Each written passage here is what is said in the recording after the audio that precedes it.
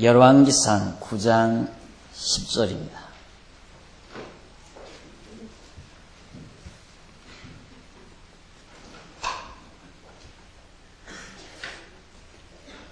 솔로몬이 두 집 곧 여호와의 전과 왕궁을 20년 만에 건축하기를 마치고 갈릴리 땅의 성읍 20을 히람에게 주었으니 이는 두로왕 히람이 솔로몬에게 그 온갖 소원대로 백향목과 잣나무와 금을 지공하였습니다. 히람이 두로에서 와서 솔로몬이 자기에게 준 성읍들을 보고 눈에 들지 아니하여 이르기를 나의 형이여 내게 준 이 성읍들이 이러하뇨 하고 이름하여 가불 땅이라 하였더니 그 이름이 오늘까지 있으니라. 히람이 금 120달란트를 왕에게 보내었더라. 14절까지 봉독했습니다. 지난 주일 우리는 솔로몬 왕권 수립의 결과를 우리가 살피면서 9장에 나오는 말씀, 왕권 수립의 결과 가운데 솔로몬 왕의 영화로운 모습을 저희들이 지금 살피고 있습니다. 그 가운데서 1절과 9장 1절과 2절에서 솔로몬이 기도의 응답을 받고 다윗과의 약속을 재확인하는 말씀을 지난 시간 우리 상고하고 시간이 되어서 마무리 지었습니다. 다시 말해서 솔로몬이 하나님 앞에 기도하면서 하나님 아버지 언약하신 대로 이렇게 왕궁도 짓고 성전도 아름답게 지어서 허락하신 언약의 말씀대로 다 이루소서오니 우리 아버지 다윗에게 하신 언약도 어김없이 하나님께서 그대로 이루어 주셔야 됩니다 하는 그러한 약속을 하나님께로부터 다시 한번 받았습니다. 이게 9절까지 말씀이었어요. 그리고 나서 솔로몬이 이제는 신세진 이웃들에게 그동안 나라를 세우고 또 왕궁을 세우고 성전을 세우는 과정에서 이웃 나라들의 많은 도움을 받았습니다. 그 도움을 받은 나라 중에 하나가 바로 히람인 두로 왕 히람이라는 사람이었습니다. 두로는 갈멜산, 그러니까 레바논 산맥 아래 부근 해변가에 사해바다 해변가에 자리하고 있는 바로 성읍도시였습니다. 그 두로 왕이 10절에 보면 솔로몬이 두 집 곧 여호와의 전과 왕궁을 얼마 만에 20년 동안을 걸려서 지었습니다. 20년을 걸려서 왕궁도 짓고 성전도 짓고 이렇게 오랜 기간 동안 지었는데 이걸 짓고 나서 갈릴리 땅의 성읍 20개를 갈릴리, 저 갈릴리면 윗지방입니다. 북부 지역에 속하는 지역인데 그 지역의 성읍들을 자그마한 성읍들이죠. 한 20여 개의 성읍을 두로 왕 히람에게 줬어요. 네가 다스리는 나라가 너무 작다. 그 자그마한 성읍 하나를 네가 이렇게 다스리고 있는데 그러지 말고 내가 주변에 있는 성들을 몇 개 더 당신에게 줄 테니까 당신은 그 성읍들을 갖도록 해라 해서 20여 개의 성읍을 히람이라는 사람에게 왜 그러냐면 성전 짓고 왕궁을 지을 때 그 좋은 백향목과 그 좋은 잣나무 그리고 거기에 필요한 금들을 엄청 많이 가져다 줬습니다. 솔로몬에게. 그러니까 솔로몬으로서는 한없이 고마울 수밖에 없죠. 그래서 그 고마움을 담례하기 위해서 자그마한 성읍들을 한 20여 개를 두로왕 히람에게 줬는데 히람이 바로 두로에서 와서 솔로몬이 자기에게 준 성읍들을 보고 살펴보니까 성읍이 눈에 들지를 않았어요. 별 볼 일이 없다 이 말이에요. 자그마한 성읍들 다 정말 융성하지 못한 성읍들이고 별로 그렇게 눈에 들지 않는 성읍이었어요. 그래서 이 히람이 하는 말이 나의 형이여, 솔로몬으로 형님 그랬다 이 말이에요. 강한 나라니까 형이여 했겠죠. 형이여, 내게 준 이 성읍들이 이러하뇨. 겨우 이런 성읍들을 나에게 줬습니까? 하고 솔직히 말하면서 이름하여 가불 땅이다. 가불이란 말은 별로 아름답지 못하다는 의미를 담은 말입니다. 그래서 가불 땅이라 하였더니 그 이름이 오늘날까지 이 열왕기상을 기록하는 날까지 그 지역 땅을 가불이라고 이름을 했다. 참 성경에 보면 그런 말이 참 많거든요. 어떤 사건이 있을 때 그 사건을 역사적으로 남기기 위해서 그 지역 이름을 의미를 담아서 지어놓은 부분이 참 많습니다. 그러듯이 우리나라도 그러잖아요. 우리나라도 어느 시골 마을 같은 데 가면 그 마을 이름이 붙여진 동기가 있어요.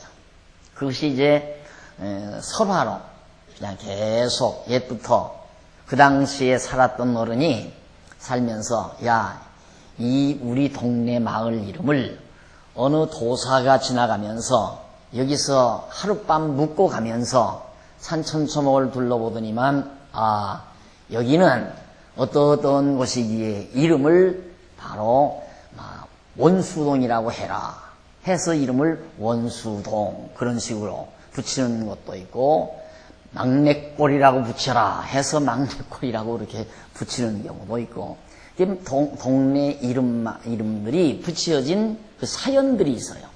그런데 여기도 가불이라고 이름을 붙이게 된 것은 실제로 솔로몬 왕이 두로왕 히람에게 20여 개의 마을을 주었는데 그 마을이 마음에 안 드니까 별로 좋은 곳이 아니다 싶어서 이름을 가불이라고 붙였는데 한동안 역사가 진행된 이후에까지도 그 지역 이름을 가불이라 했다. 이 말은 이런 사실들이 누가 지어낸 것이 아니라 실제 역사적 사실임을 증거하는 근거 자료로 삼고 있는 겁니다.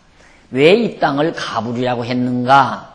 가불이라고 한 이유는 솔로몬 왕이 20여 개의 성읍을 두로왕 히람에게 고마운 표시로 주었는데 두로왕이 마음에 들지 않아서 그 지역 이름을 가불이라 했다. 그러니까 솔로몬 왕과 두로왕 사이에서 있었던 그런 일들이 누가 만들어낸 이야기가 아니라 실제 역사적인 사실임을 확증해주는 좋은 근거 자료로 지금 이 열왕기상을 기록하는 자가 남기고 있는 겁니다. 그래서 그 이름이 오늘까지 그대로 그 이름을 가불이라는 이름을 사용했다. 그러면서도 히람은 비록 솔로몬의 담례가 마음에 들지 않았지만 여전히 히람은 솔로몬 왕국이 이스라엘 나라가 강대했으니까 여전히 정말 히람은 금 120달란트 엄청난 많은 금이죠. 이런 금을 바로 솔로몬에게 보내줬다는 내용이 14절까지 나와요. 그러니까 이 인간 세상에는 되는 집안은 자꾸 되게끔 돼 있어요. 이 세상사라는 게 그렇잖아요. 힘 있는 자에게는 자꾸 힘이 모이게 돼 있어요. 그러면 한없이 힘이 모이는가? 그게 아니다 그 말이에요. 힘이 자꾸 모이면 우리들의 보편적 상식으로는 힘이 자꾸 모이면 나중에는 전체를 다 지배할 수 있는 강력한 힘이 되겠다 하지만 결국은 모여진 힘 때문에 망한다는 것이 실제 역사의 교훈인 겁니다. 지금 우리는 그런 사건이 눈앞에 벌어지고 있는 역사 현장에서 살고 있습니다. 미국의 힘이 하늘을 치솟듯 높아만 가고 강대한 국가라 하지만은 밀가루 같은 하얀 밀가루에 온 국민이 와들와들 떨고 있어요. 밀가루 같은 가루분말 하나요. 그게 무슨 놈의 힘이에요. 안 그래요? 그게 무슨 힘이냐 이 말이에요. 천하를 호령하고 온 세계를 다 거머잡을 듯한 아주 설기등등하고 패기등등한 미국의 콧대가 밀가루 분말 같은 그런 거 하나에 온 국민이 와들와들 떤다면 그게 어찌 힘이냐 그 말이에요. 그러니까 너무 힘이 강해지면 그 힘을 꺾기 위한 또 다른 하나의 방법의 힘이 나온다는 것이 이 세상사의 교훈이란 말입니다. 근데 솔로몬도 역시 이제 강력한 나라를 그가 가지고 있기 때문에 두로는 그 언저리에 살면서 솔로몬에게 아첨을 안 할 수가 없죠. 그러니까 솔로몬에게 그 좋은 백향목이며 잣나무며 황금덩어리를 계속 갖다 상납을 하는 겁니다.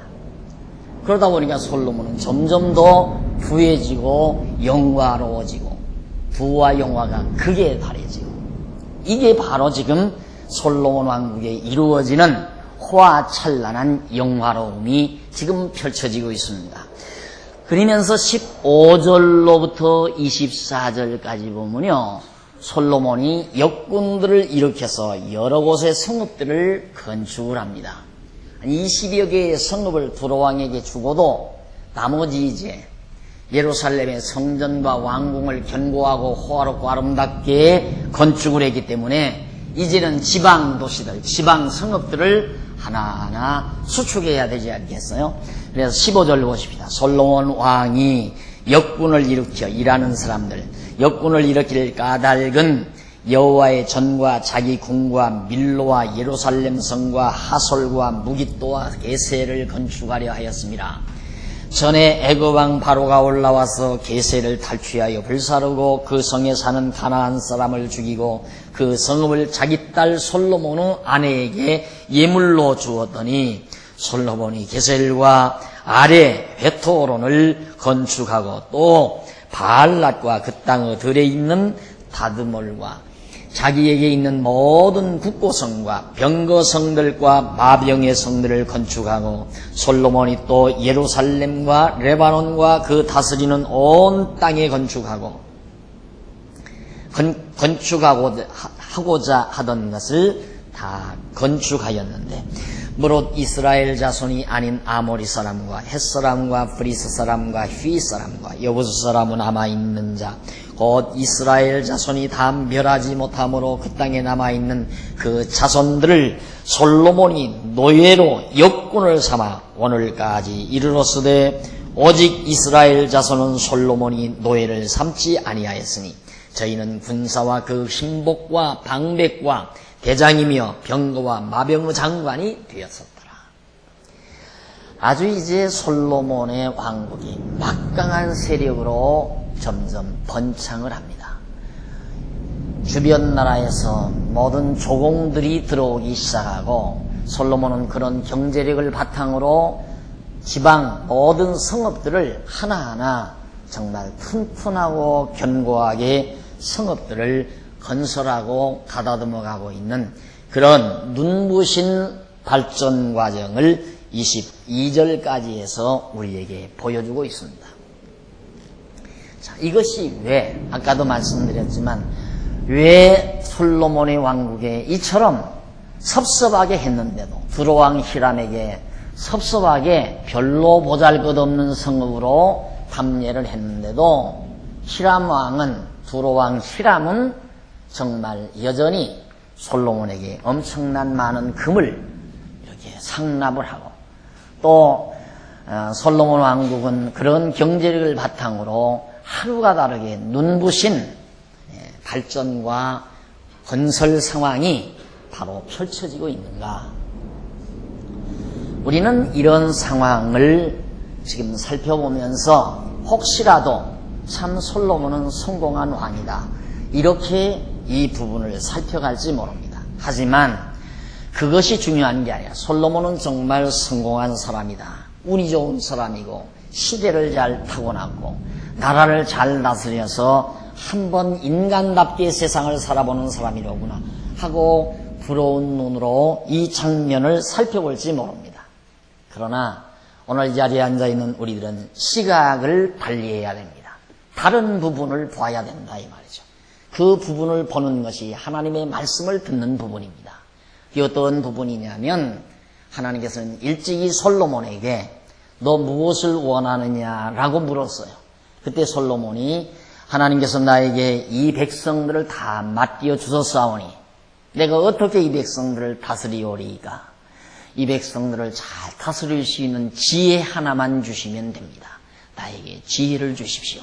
하고 솔로몬이 하나님 앞에 기도한 바 있습니다. 그러니까 하나님께서 너무도 내 마음에 합한 것을 구했다. 내 마음에 너무 든다 그 말이에요. 그러니 내가 너에게 지혜는 물론 주지만은 거기에 곁들여서 부도 주고 장수도 주고 그리고 너희 나라의 평강도 평안함도 주겠다 하는 그런 약속을 언약을 솔로몬에게도 한 바 있고 또 뿐만 아니라 그의 아버지 다윗에게도 하나님께서 언약하신 바가 있습니다. 네 이름을 정말 모든 나라에 드러나게 하고 또 네 나라가 경고케 하며 네 왕위가 형통하게 하겠다 라는 등등의 언약을 다윗에게 한 바 있어요. 하나님은 그렇게 언약하시고 언약대로 거짓없이 지금 이렇게 잘 이루어주고 계십니다. 솔로몬 왕에게 언약하신 대로 또 그의 아버지 다윗 왕에게 하나님께서 언약하신 대로 솔로몬 왕국이 이스라엘 나라가 그 주변 어느 나라도 추종을 불허할 만큼 추종을 할 수 없을 만큼 강대한 나라로 아주 부강한 나라로 눈부신 발전을 거듭하도록 하나님께서 역사하고 계시다는 뜻입니다. 그것을 우리들에게 보여주시려고 이런 역사적 사실을 기록해서 오늘 사는 우리들에게 지금 이 주일 아침에도 살피면서 하나님 살아계심을 확증하고 살라는 말씀을 우리에게 들려주고 있는 겁니다. 오늘 아침 54분이니까 KBS인 것 같아요. 오늘 아침 뉴스를 좀 보느라고 딱 텔레비를 들었더니만 누가 나와서 어느 문인하고 대화를 해요. 문인하고 시인인데 다 늙은 시인인데 대화를 하는 중에 그 부분을 제가 딱 들었어요. 무슨 부분이냐면 보통 서양 사람들이 이런 대화의 시간에는 이런 말을 묻는데요. 당신이 지금 무인도로 간다 하자. 당신이 무인도로 가는데 무인도로 가는 과정에서 책 한 권만 딱 골라라. 2권도 못 가지고 가고 책 한 권만 딱 골라가지고 가라면 무슨 책을 고를 거며 또 하나는 당신이 죽었다가 다시 태어나도 그대로 당신이 하고 있는 그 일을 하겠는가. 이 두 가지를 빼놓지 않고 묻는다는 거예요. 그러니까 나도 당신에게 그 말을 묻겠다. 만약에 당신이 그 시인인데, 노 시인인데 당신이 만약에 지금 무인도로 가는데 다른 책은 절대 못 갖고 가게 하고 책 한 권만 딱 선정하라면 뭐를 선정하겠느냐 하니까 이분이 딱 하는 얘기가 나는 크리스찬은 아닙니다. 그렇지만 성서를 택하겠습니다. 성경을 내 그 말 듣고 깜짝 놀랐어요. 대단한 지성인 아닙니까? 그래도 노시인이라면 엄청난 지성인인데 이른 아침 그런 방담에 나올 정도 나는 잘 이름이 기억이 안 나는데 그분을 모셔다 놓고 그 얘기를 하는데 그분이 한 권의 책을 가지고 가라면 나는 성경을 택하겠습니다. 자기는 크리스찬이 아니라는 거예요. 왜 내가 이 말을 하는가? 성경이 아니라면 어떻게 하나님이 언약대로 이루시는 여호와임을 무엇으로 우리가 확증하느냐 그 말이에요. 아무 것으로도 확증할 수가 없습니다. 알 길도 없고. 그러면 우리는 신의 존재를 부정할 수밖에 없고. 왜? 보이지 아니하니까. 눈이 안 보이니까. 이번에 대구장로교회에 잠시 다녀왔는데요. 그 딸이 하나 있어요. 대구장로교회 목사님 딸이 있는데 아빠 하나님 있어? 그런데요. 그럼 하나님 있으니까 내가 목사지 그러니까 아빠는 하나님 봤어? 그렇게 묻는다는 거예요. 이 어린아이가 이제 국민학교 1학년 아이인데 당연하죠. 눈으로 안 보이는데 하나님이 어디 있어요? 있는지를 누가 보았어요? 만져보기를 했어요? 아무도 모르죠. 만약에 우리도 그렇다면 여기 이렇게 앉아있는 우리가 바보죠. 안 그래요? 있는지 확인한 바도 없고 알 사람도 없고 본 사람도 없고 그런데 우리는 뭐하러 여기 앉아있어요? 안 그래요? 지금 단풍이 절정이라는데 거기 간 분들이 지금 훨씬 지혜로운 분들이에요. 자리 많이 비었잖아요. 거기 가가지고. 오늘 아침 부부 동반해서 딱 승용차 타고 지금 절정에 이른 단풍길을 질주하느라고. 그분들 기분이 훨씬 좋을지 몰라. 쫙 달리면서. 우리 뭐하러 여기 앉아있어요? 바보예요, 우리가. 그러나 바보가 아닌 이유는 오늘 아침 봉독에 들은 이 말씀, 오늘 우리가 생각하고 있는 이 말씀이 정말 하나님 여호와는 살아계시구나. 아버지 다윗에게 언약하신 하나님이 이어서 솔로몬에게 언약하시더니만 그 언약대로, 그것도 담대히 처음부터 20년 동안 왕궁과 하나님의 성전을 건축할 수 있도록, 물론 그 이전에 아버지가 많은 자재를 준비해 놨죠. 그러나 그 이전, 다윗 왕 이전까지만도요, 아버지 왕 이전까지만도 우리가 다 알지만은 사사시대였어요.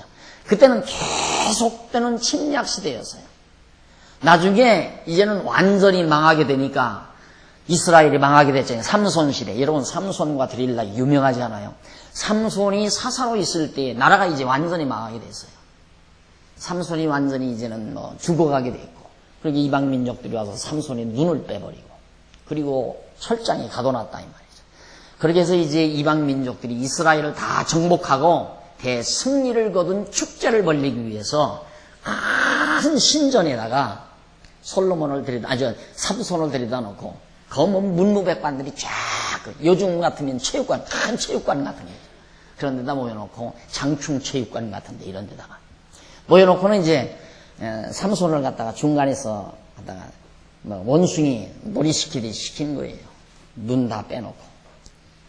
그리고서 정말 삼손으로 하여금 별아별 우스꽝스러운 일들을 시키면서 막 환호를 올리면서 기뻐하고 즐거워하는. 그때만 해도 이스라엘은 완전히 패기가 짙은 회색빛 나라였다 이 말이에요. 형편없는 나라.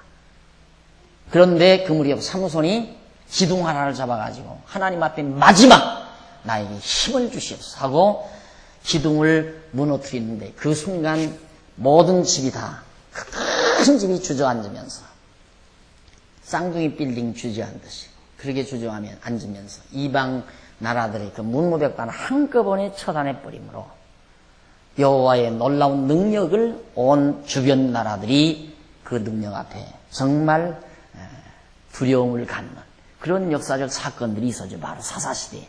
그 뒤에 이제 사울 왕이 왕됐는데, 사울이 이제 왕이 돼가지고 나라를 다스렸지만 늘 도망쳐 다녔잖아요. 사울이. 도망가 숨었었어요. 이방 민족이 쳐들어오니까. 그러자 다윗이 나가서 소년 시절 블레셋 장군 골리앗을 무너뜨리고, 그때부터 다윗이 힘을 얻어서 이스라엘 나라를 왕위에 올라앉아, 초대 왕으로 올라앉아 나라를 세우기 시작한 거예요. 그리고 다윗에게 언약한 대로 차근차근 역사가 진행이 되고, 다윗의 아들 솔로몬 때에 와서 이렇게 엄청난 강국으로 부상하게 됐다 이 말이죠. 이게 바로 왜 그러는가? 솔로몬 너 이렇게 강하고 힘있게 만들어 주었으니까 잘 먹고 잘 살고 흥덩댕기면서 이 땅 위에서 모든 영화를 누려라. 그게 목적이 아니다 그 말이에요. 그걸 착각하면 안 돼요. 하나님께서 그렇게 해준 이유는 나 살아있다. 언약대로 이루는 내가 살아있을 뿐만 아니라 모든 세상 나라 역사가 내가 계획한 대로 역사가 진행된다.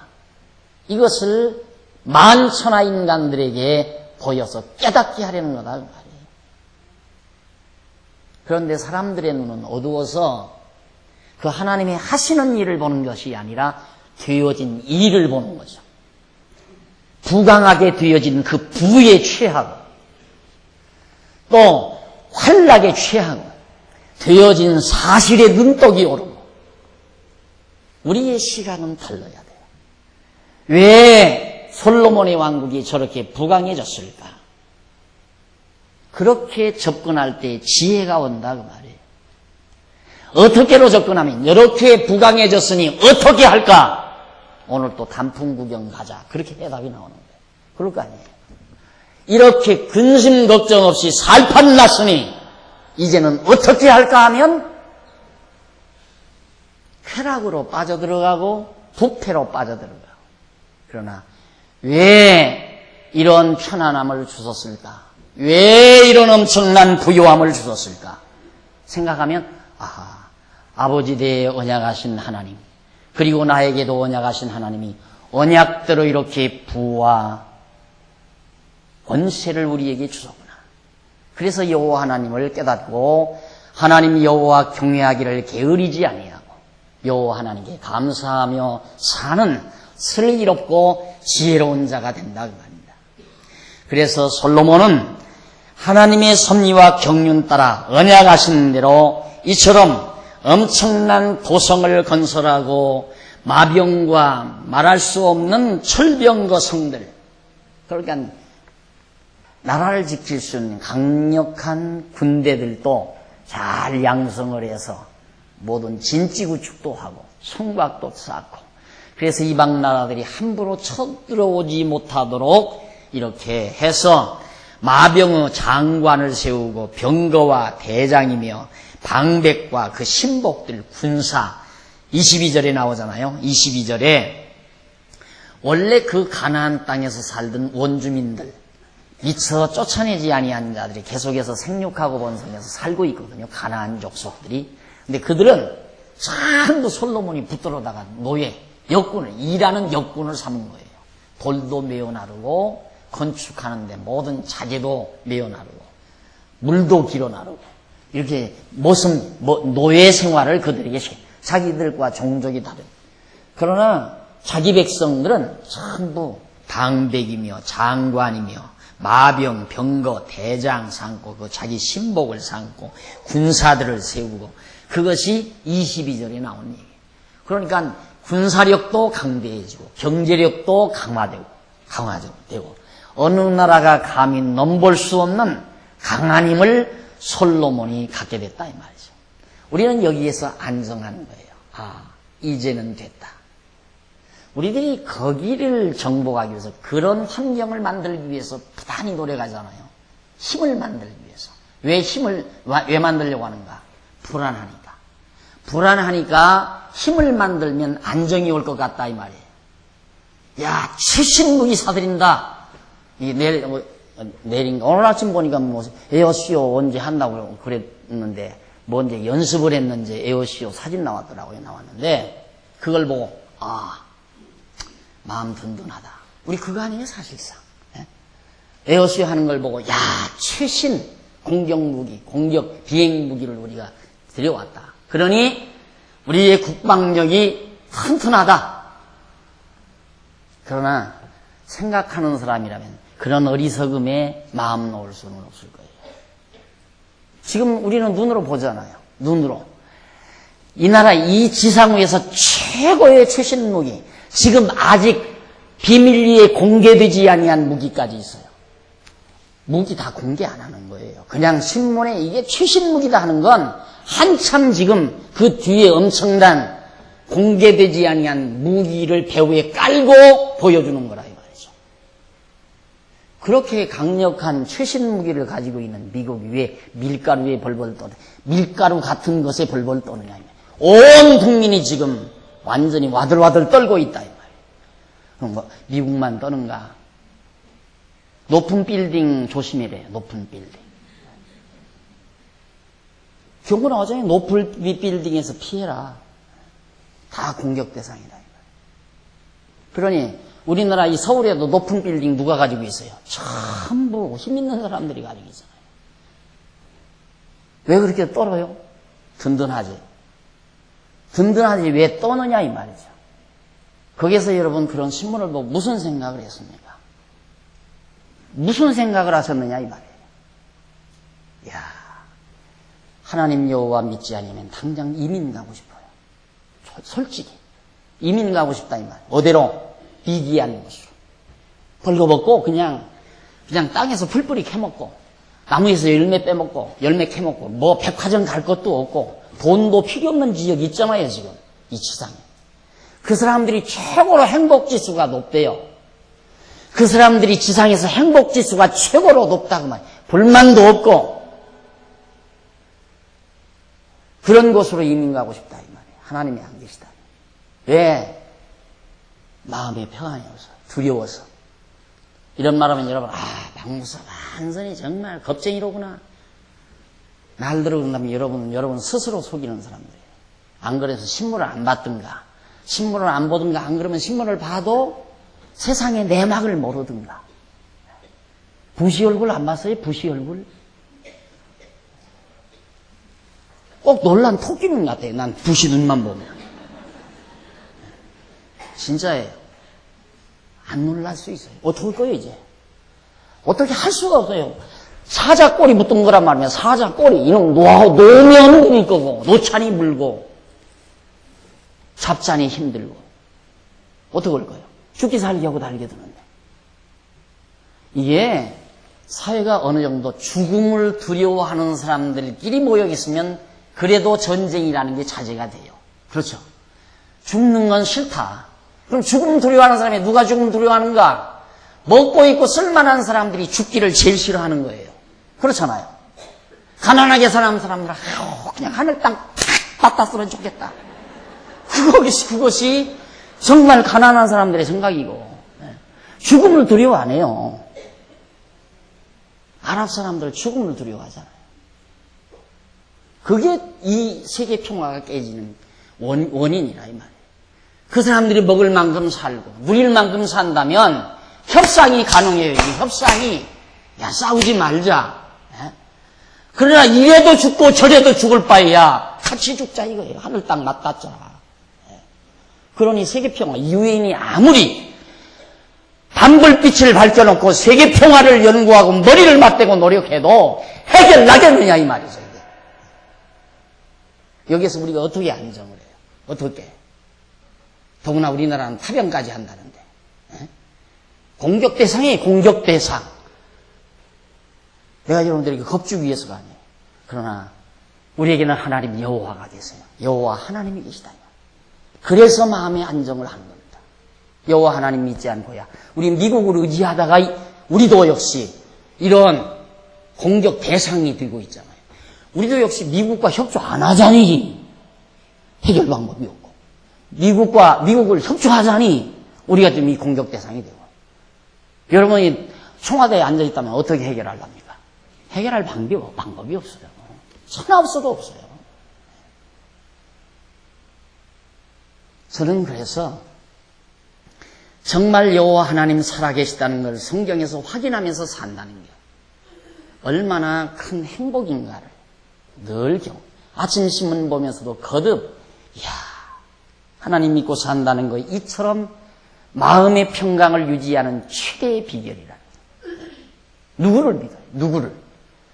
얼마나 불안한 사회인데 지금 인류 역사상 최대의 불안한 상황이에요. 이렇게 보는 사람은 거의 없을 거예요. 나는 왜 그렇게 보는가? 아까 말씀드린 원리가 그래요. 죽기 싫어하는 사람들끼리 사는 건 협상이 가능하다. 이러면 너 죽고 나 죽는 거 아니냐. 살자 우리. 그래 죽기 싫으니까 조금씩 양보하고라도 그래도 좀 전쟁을 자제하는데 그게 완전히 깨져도 보통 깨진 게 아니다 이 말. 극과 극으로 깨졌다 이 말.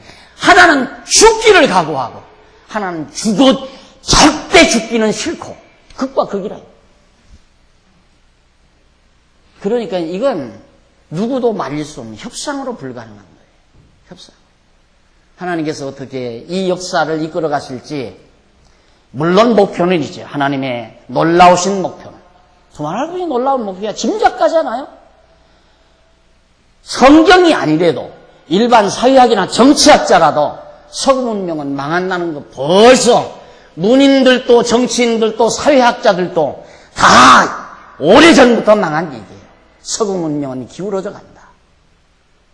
동양 문명의 새로운 빛을 비추기 위한 하나님의 섭리인 것만은 분명하지만 어쨌든 그 풀어가는 과정이 어떻게 될지는 우리는 자세히는 모르죠. 목표와는 분명하지만 오늘 이 아침 우리들은 이런 험난한 역사 현실 속에서 하나님 여호와 살아계셔서 이스라엘 역사를 지배해 가듯이 오늘 이 험난한 역사를 하나님의 손에서 붙들고 지배해 간다는 사실이 믿어질 때 여호와 하나님 의지하고 사는 우리의 마음 가운데 평강이 온다 이 말. 그러지 않고는 편안함이 있을 수 없다는 뜻이죠. 23절로 그 이하, 23절로 그 이하 조금 보면 솔로몬에게 역사를 감독하는 두목 550인이 있어 역사하는 백성을 다스렸더라. 감독자. 예, 일하는 성을 쌓는 감독자들을 550명이나 두고 그 노예들을 시켜서 성을 쌓는 일을 다 감독을 했더라. 그리고 백성을 다스리고 바로의 딸이 다윗성에서부터 올라와 솔로몬이 저를 위하여 건축한 궁에 이를 때에 솔로몬이 밀로를 건축하였더라. 밀로성이라고 하는 성. 예, 바로가 그 에집트지요. 지금의 에집트. 그 에집트 문명이 사실은 바비로니아 문명보다 앞서지 않아요. 아시리아 문명보다도 에집트 문명이 더 앞섭니다.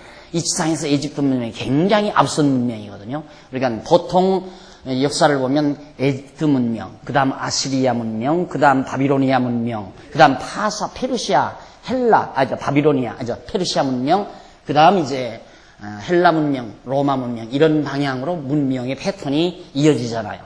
이게 에집트라는 나라가 그 당시에 강력한 제국이었단 말이에요. 강대한 나라였어요. 그런데 에집트 왕이 솔로몬에게 딸을 줄 정도니까 이스라엘 나라가 얼마나 강력한 나라였는가를 알 수 있잖아요. 자기 딸을, 에집트의 왕이 솔로몬에게 자기 딸을 솔로몬의 아내로 준 거예요. 그만큼 솔로몬 왕국이 강성해졌는데 그 딸을 위하여 밀로라는 도성을 건축을 해서 거기에 이제 에집트 왕의 딸이 거하도록 그렇게 솔로몬이 했다. 일이 착착착 이루어져 갑니다. 아름답게. 정말 솔로몬은 누구가 봐도 부러울 만큼 너무너무 일이 잘 되는 거예요. 나라도 강건해지고 도성도 강건해지고 경제력도 부강해지고 이웃 나라들이 다 부러움의 대상이 되고 그러니까 더더욱 주변 나라에서 자꾸 강대한 나라 솔로몬에게 조공을 자꾸만 가져다 주고 25절 솔로몬이 여호와를 위하여 단을 쌓은 단 위에 해마다 3번씩 번제와 감사제를 드리고 또 여호와 앞에 있는 단에 분향하니라. 이에 전 역사가 마칩니다. 그렇게 계속해서 건설 사업이 진행되는 동안 솔로몬은 알죠. 이게 여호와 하나님께서 나에게 언약하신 대로 이 나라를 부강하게 하고 형통하게 한다. 그래서 늘 하나님께 제사하는 일을 그치지 않았어요. 계속해서 하나님을 경외하며 해마다 3번씩 번제와 감사제를 드리고 또 여호와 앞에 있는 단에 불향을 항상 제사를 드리는 거죠. 그렇게 해서 나라의 모든 건설사업, 역사를 다 깨끗하게 마무리 지었다. 그것이 25절까지입니다. 얼마나 나라가 영화로워집니까? 자, 그 다음 이제 26절로 28절 보면 솔로몬이 배를 지어 오빌에 이르러 많은 금을 가져옵니다. 25절, 26절 26절. 솔로몬 왕이 애굽 왕 홍해 물가에 엘롯 근처 에스 연게벨에서 배를 지으니라. 큰 상선이죠. 큰 상선. 배를 이제 그 해변에서 이제 배를 지어가지고 어떻게 27절 히람이 자기 종 곧 바다에 익숙한 사공들을 솔로몬 종과 함께 그 배로 보내매 저희가 오빌에 이르러 거기서 금 420달란트를 얻고 솔로몬 왕에게로 가져왔더라. 오빌이라는 곳이 금이 많은 곳이에요. 오빌. 누군가가 날들어 사업을 한다고 돈 벌기 위해서 사업한다고 이름을 하나 회사 이름을 지어달라고 그래요. 그래. 오빌 상사라고 해라. 그래서 그랬더니 그렇게 안 하더라고요. 그 오빌이 뭔지 모르니까 난 뜻이 있어서 자꾸 거기 금이 솟아나는 곳이니까 오빌 상사라고 해라 했더니만 안 하더라니까요. 그 다음에 이상한 이름 붙이더니만 다 망해먹어버리고 하는데. 자, 솔로몬이 배를 딱 지어놨는데, 저쪽에 보시라. 지금 여기가 예루살렘 아니에요? 예루살렘이고, 여기가 두로예요, 두로. 여기가. 이제 레바논 산이 이제 이 지역이 레바논 산맥이고, 이건 이제 지중해 해변이에요. 지중해. 그러니까 솔로몬은 이제는 이 당시로는 운반수단이라는 게 철도도 없고 바다를 통한 해운, 이것이 큰 물건을 운반하는 운반수단이기 때문에 여기에 아무리 좋은 나무가 있더라도 여기까지 나무를 옮긴다는 것은 지금 같으면 철도가 있어서 실어나르든가 큰 트레일러가 있어서 실어가지고 막 달려오면 되는데 이 당시는 없잖아요. 그런 길도. 그러니까 두로왕이 협력을 안 했으면 건설사업을 못하죠. 제목이 있어야죠. 못하잖아요. 돈도 없고 제목도 없으면 어떻게 건설사업을 해요. 그런데 마침내 두로왕이 여기서 해변가에 사니까 자기들 인도를 시켜서 나무를 꺾어서 뗏목으로 이렇게 운반해서 이게 실어온 거예요. 그래서 여기를 가져다가 건설사업을 한 거예요. 두로왕이. 얘가 두로. 그런데 두로는 해변가에 있으니까 바다 길도 잘 알고 해운, 이 사업이 굉장히 발달한 그런 도성이란 말입니다. 그러니까 아무리 금이 많은 곳에서 금을 많이 캐서도 실어올 수가 없잖아요. 그러니까 솔로몬이 배를 진 거예요. 큰 상선. 지어가지고 사람이 있어야지. 배를 운반할 수 있는 사람이 없으니까 두로에서 바로 이 운반할 수 있는 기술자들, 해양 기술자들을 시켜서 이제 솔로몬의 신복들하고 같이 태워가지고 오빌로 가서 계속 금을 실어온 거예요. 근데 이후에 이제 이 학자들이 도대체 오빌이 어디냐, 그 지역을 아무리 찾아도 아직도 오빌의 위치를 정확하게 발견을 못했대. 물론 이제 이렇게 보면 이렇게 해서 지금 이 터키가 이렇게 되죠. 그리고 터키 외로 이렇게 올라가면 저쪽에 흑해가 있습니다. 지금 문제는 저놈의 흑해 지역에 엄청난 지하 자원이 있다고. 이 조금 지도를 줄이게 되면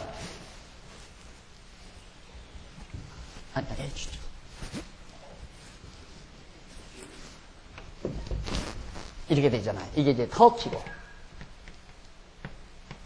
여기가 이제 예루살렘 요단강, 이게 지중해거든요. 지중해. 여기가 이제 애굽이고, 지중해.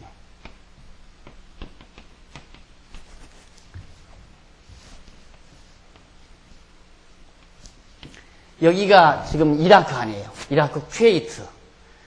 이게 이제 흑해거든요. 흑해.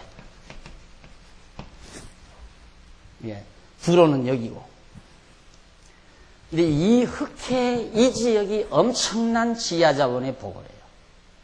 그러니까 이 지역을 점유해야 세계의 패권을 잡는다는 것은 누구도 부정할 수 없는 그런 지형학적 원리를 그런 상황을 가지고 있는데, 지금 미국이 이제 아프가니스탄, 이 지역 아닙니까? 이죠. 여기를 늘 견제하는 이유가 이스라엘 유대인들을 시켜서 이들과 맞서는 상태인데, 이들을 쫓아내려는 거고, 유대인들을 쫓아내려는 거고, 유대인들은 여기다 털을 잡고 점점 먹어가려는 거고, 이 극한적 대립 속에 미국이 뛰어든 거라고 내가 먼저 말씀드렸잖아요. 이유는 이 지역이 보통 지역이 아니니까. 어쩔 수가 없는 거죠. 놓을 수도 없고 붙잡자니 힘들지만 안 붙잡을 수도 없고. 그래서 이런 엄청난 지상 위에 정말 과거에 볼 수 없는, 과거에 별로 크게 사용하지 않았던 생화학 무기가 드디어 정말 세상을 두렵게 만드는 험한 세상을 우리가 맞이한다 싶은데, 하나님께서 두로왕을 그렇게 시켜가지고 솔로몬이 부를 이루면서 배를 지어서 오빌에서 금을 캐왔다고 하니까, 배로 캐올 수 있는 지역이라면 이 지역뿐이라 이 말이에요. 이 지역 어디? 육지는 아니라 이 말이에요. 육지에서 배로 어떻게 실어와요? 그러니까 이 연안 어디에 오빌이라는 곳이 있을 거다라고 하는 가상을 잡고 그렇게 발굴을 하려고 해도 아직 그렇게 여기가 오빌이다 하는 곳을 아직 찾았다고는 못하는 것 같아요. 아직은 문서상으로 찾아보지는 못했는데, 오빌이라고 하는 원래 그 지역, 솔로몬이 금을 캐온 지역을 지금 현재 지상에서 찾고 있지를 못합니다. 어쨌든 솔로몬은 그런 엄청난 부를 주변 나라에서 조공으로 받아서도 경제력이 강해졌지만은 직접 배를 지어서 광산에 가서 금광에 가서 금을 캐오. 거기서 캐오는 금은 지금처럼 뭐 돌멩이 쌓여 있는 거 뭐 여러 가지 재련 거쳐서 돼진 금이 아니라 그냥 노다지 덩어리로 캐오는 그런 엄청난 금을 통해서 그래서 이제 솔로몬이 자기 왕궁도 금으로 짓고 금이 그 당시에 국가의 하나의 부의 상징, 경제력의 상징, 또 국가의 힘의 상징으로 그러게 물론 지금도 그렇지만 그래서 솔로몬 왕국이 정말로 부와 영화의 극에 달하게 되었다 이 말이죠. 그런데 10장에 넘어가면 주보해 보십시오. 양쪽 가로 2번에 보면 솔로몬의 타락이 옵니다. 솔로몬의 타락. 그것이 10장에서부터 11장 8절까지 솔로몬의 부패와 타락의 장면이 계속되고 있다 이 말이죠. 여러분, 만약에 하나님이 솔로몬이 부와 영화를 누리고 사는 것이 하나님의 근본 목적이었다면 왜 망하게 해요? 왜 타락하게 하느냐 그 말이죠. 그러니까 하나님은 우리를 부자로 살고 가난하게 살고 그게 목적이 아니에요. 어떻게 해야 우리들이 하나님 여호와를 인정하고 하나님 여호와가 살아계시다는 것을 확실히 믿고 깨달아 경외하며 살 것인가. 그게 하나님의 근본 목적이에요.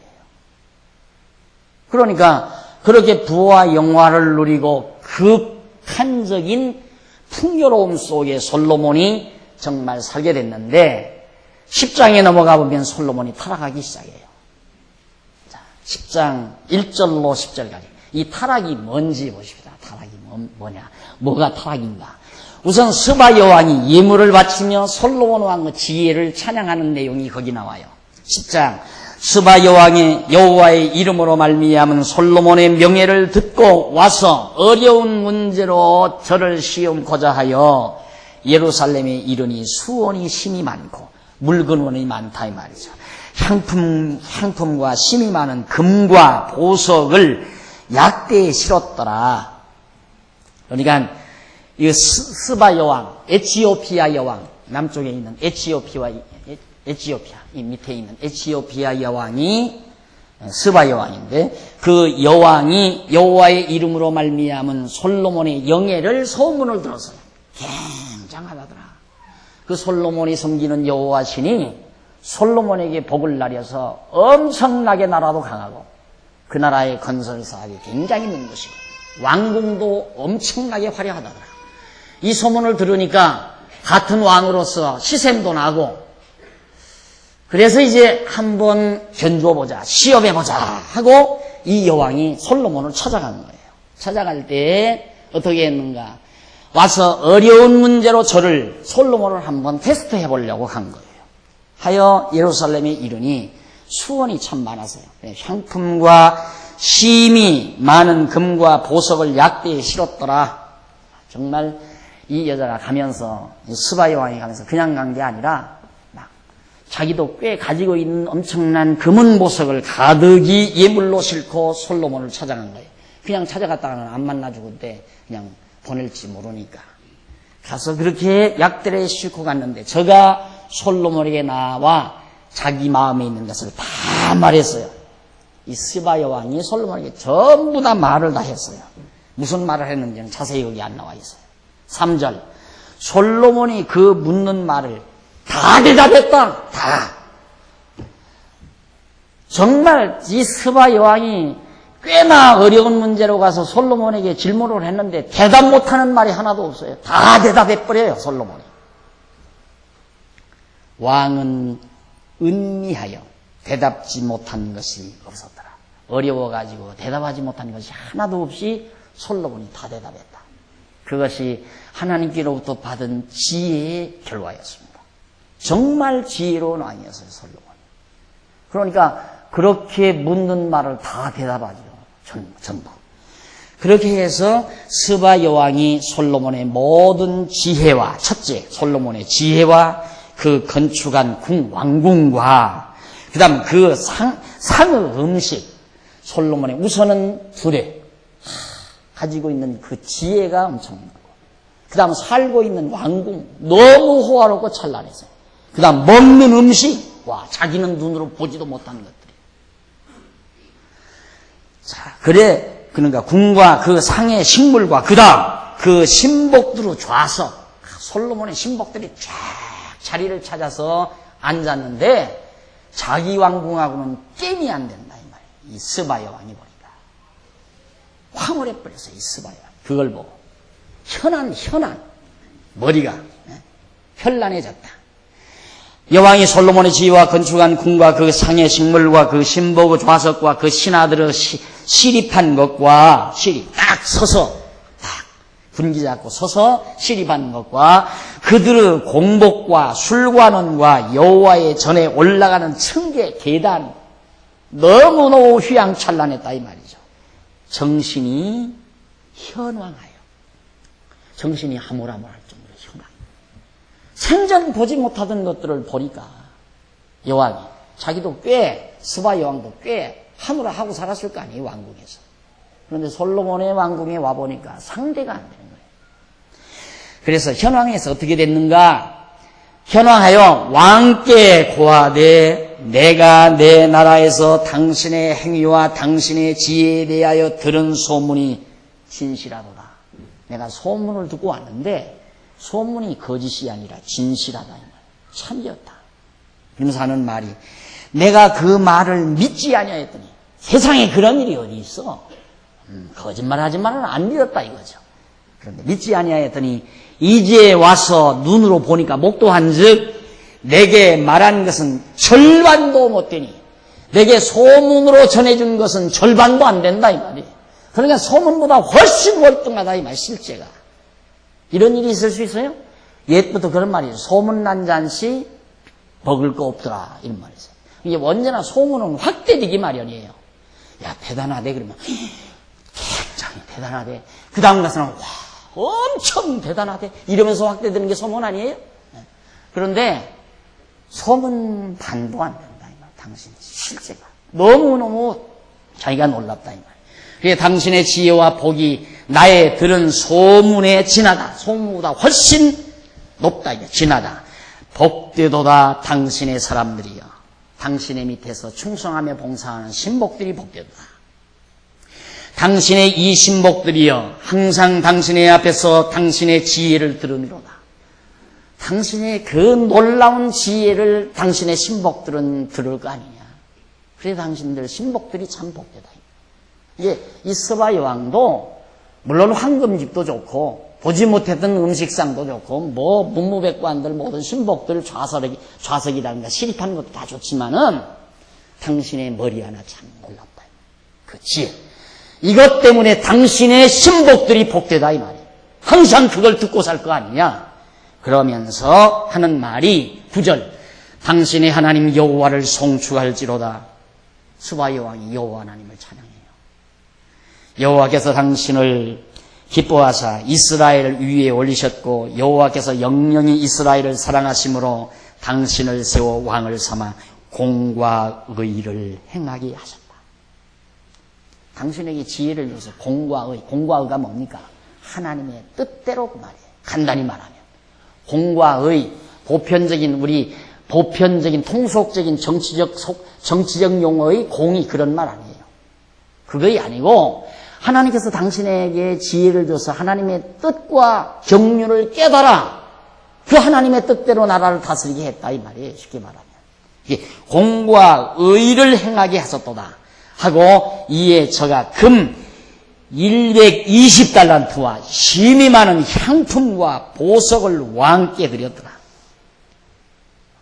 참 얼마나 잘난 남자면 보편적으로 남자가 여자에게 선물하는 거 아니에요? 그렇죠. 귀금속을 남자가 여자에게 하는데 이 솔로몬은 도대체 어떻게 타고난 팔자기에 여왕한테 이런 엄청난 금은 보석을 선물로 받느냐. 이렇게 보석을 함께 드렸으니 스바 여왕이 솔로몬 왕께 드린 것처럼 많은 향품이 다시 오지 아니하였더라. 그러니까 스바 여왕이 솔로몬 왕께 드린 만큼의 그런 금은 보석이 다시는 다른 데서 온 일이 없다. 이 최고였다 이 말이죠. 그런데 여기서 사담 하나 하고 넘어갑시다. 이것은 사사로운 얘기입니다. 성경에는 없는 얘기인데 이 실제라고 그래요. 실제인데 솔로몬이 그날 밤을 이 스바 여왕과 함께 보냈다고 합니다. 그래서 낳은 아들이 바로 그 솔로몬의 후손이죠. 그들이 바로 지금 이쪽 아랍 국가 쪽으로 번져서 살고 있다고 해요. 그러니까 이쪽 중동 아랍 국가 쪽에는 첫째 아브라함의 조카 롯의 후손, 그 다음 에서의 후손, 그 다음 또 하나는 에서의 후손 말고 이스마엘 있죠. 에서와 야곱 이삭과 이스마엘을 날 때 이스마엘이 쫓겨났잖아요. 광야로. 이스마엘의 후손. 그 다음 솔로몬이 스바사에서 낳은 자손. 고인간들이 얼버무려서 지금 시커멓게 털나고 그냥 이렇게 눈 뽀끔뽀끔하게 생긴 그런 무리들이 이제 퍼져서 하는 거예요. 사실 따지고 보면 다 셈의 후손이죠. 모두가 다 셈의 후손인데 이렇게 내가 왜 그 얘기를 왜 하느냐면 이게 거짓말이 아니고 역사적인 사실이라 그걸 확증짓기 위해 확실한 지금 솔로몬의 후손 그 스바 여왕 사이에서 난 그걸 사생아죠. 쉽게 말하면 하룻밤 사이에 정들에서 난 사생아가 그 후손이 지금 현재 이 지상에 살고 있다 이 말이에요. 아니 스바 왕이 안 찾아갔으면 솔로몬 안 찾아갔으면 어떻게 그 후손이 생겨날 것이며 그런 역사적인 것이 사실이 아니라면 어떻게 이런 일이 지금 그 자손이 있을 수 있느냐 이 말이에요. 내 말은 솔로몬을 헐뜯기 위해서 하는 말이 아니라 솔로몬 나쁜 놈이다 이 말하기 위해서 하는 얘기가 아니라 지금 여러분들이 듣고 있는 이 말씀이 역사적 사실이다 그 말이에요. 이게 역사적 사실이라면 하나님 여호와 살아계신 것도 실제 사실이다 이 말이에요. 그 말 하기 위해서 드리는 거예요. 쉽게 말해요. 솔로몬이 사생아 낳다 이 말을 한 이유는 여러분들 무슨 몰랐던 걸 아는 스릴을 느끼게 하기 위해서 드린 게 아니라 또 솔로몬이 너무너무 사나이로서 너무너무 기분 좋은 사나이이기 때문에 질투가 나서 그러는 것도 아니고 이 말을 하는 이유는 역사적 사실이다. 따라서 이 역사를 지배하신 여호와 하나님이 살아계시다. 이걸 강조하기 위해서 제가 이 말씀을 드립니다. 운동해야 하잖아요. 그만해야죠. 네? 그만하고 다음 시간 계속해서 우리 듣기로 하고서 강론 마치도록 하십니다. 기도하십시다. 하나님 아버지, 지금도 살아계셔서 험난한 역사 현장에서 저희들이 살지만은 그래도 우리들을 보호한다는 확신을 갖게 하소서. 마음에 한 가닥 평안을 누리며 살 수 있도록 은혜 주신 것을 진심으로 감사합니다. 많은 인류가 지금 떨고 있습니다. 두려워하고 있습니다. 어리석은 일을 벌려놨습니다. 하나님을 배반하는 상태에서 이런 험난한 인간의 사악성이 극에 달하고 있습니다. 하나님 아버지요, 오늘 이 한 시간 저희들 말씀 들었사오니 정말 살아계셔서 역사를 주관하시고 다스려 가시는 전능하신 여호와 하나님을 믿고 의지하며 우리 마음의 평강을 유지할 수 있도록 우리 모두에게 지혜를 주시옵소서. 예수님의 이름으로 기도드립니다. 아멘.